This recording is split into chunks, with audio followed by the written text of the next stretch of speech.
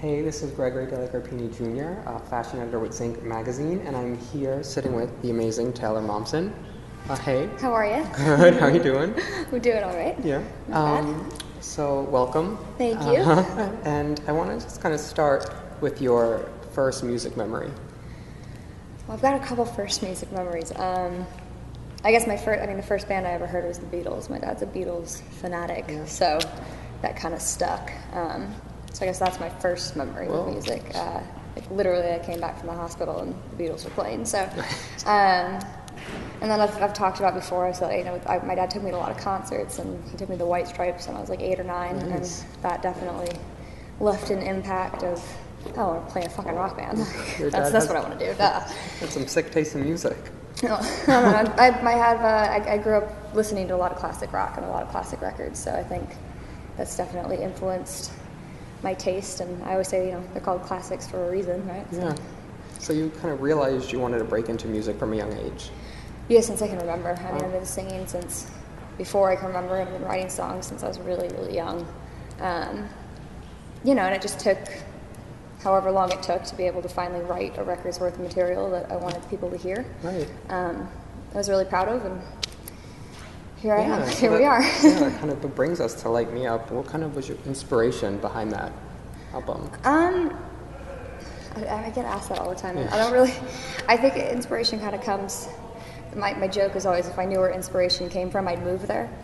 I don't really know where it comes from. Songwriting is a very torturous process, I guess.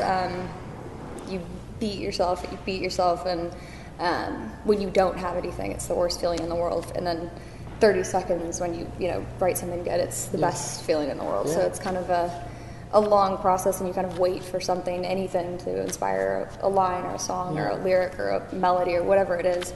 So there's no real process. Everything kind of comes from a different place and wherever I am at that time. Yeah, your lyrics are pretty intoxicating, and they kind of really do grab you. There's one line in Make Me Wanna Die where you say, "Taste me, drink my soul."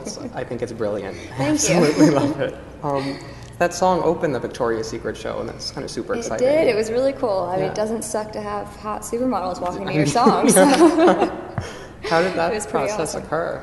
I actually don't really know. I got a call, and they're like, "Hey, Make Me Wanna Die is going to be played on Victoria's Secret fashion show." I was like, "No way, that's fantastic. That's really exciting." Best call It was ever. pretty cool. I didn't know it was going to open the show either, so when I watched it, it was pretty exciting. That was great. It was a great song. I was there, and it was a perfect song. Oh, you were at to the open show. fashion show? Yeah, it was pretty cool. That's awesome. I've never been to that one. That would be a fun one, I think. Yeah, for sure. Next time we'll have to play it live. Yes. So what about Light Me Up and Make Me Wanna Die, that song? Is there a specific thing that inspired that song alone, or is it? It's hard to describe. I think, it's kind of loosely, the generic response, I guess, is kind of loosely based on, Romeo and Juliet and this longing love, tumultuous relationship that's, not where you want it to be, and, having this, you can't live without this person in your life. And loosely based on, kind of classic romance novels and that, and then personal, experience that I won't get into. Yeah. So now you are writing another album. You're back in the studio working really hard again. Can you give us any kind of idea of what it's going to be about, or the feeling it's going to have? I think the goal when we go to the studio is it's kind of or writing. It's always, we're not writing for a specific sound or a specific genre or a specific anything. It all, I guess, is categorized under rock, but it's not thought of that way. It's more just write a good song, and if it's a good song, it'll work. Right. So I think it's more and that's what we did with the first record, and I think that's still what we're doing on this record. And it's definitely progressing musically in different ways, but I don't want to give too much away because it's not finished, but we're still in the very beginning stages of it. But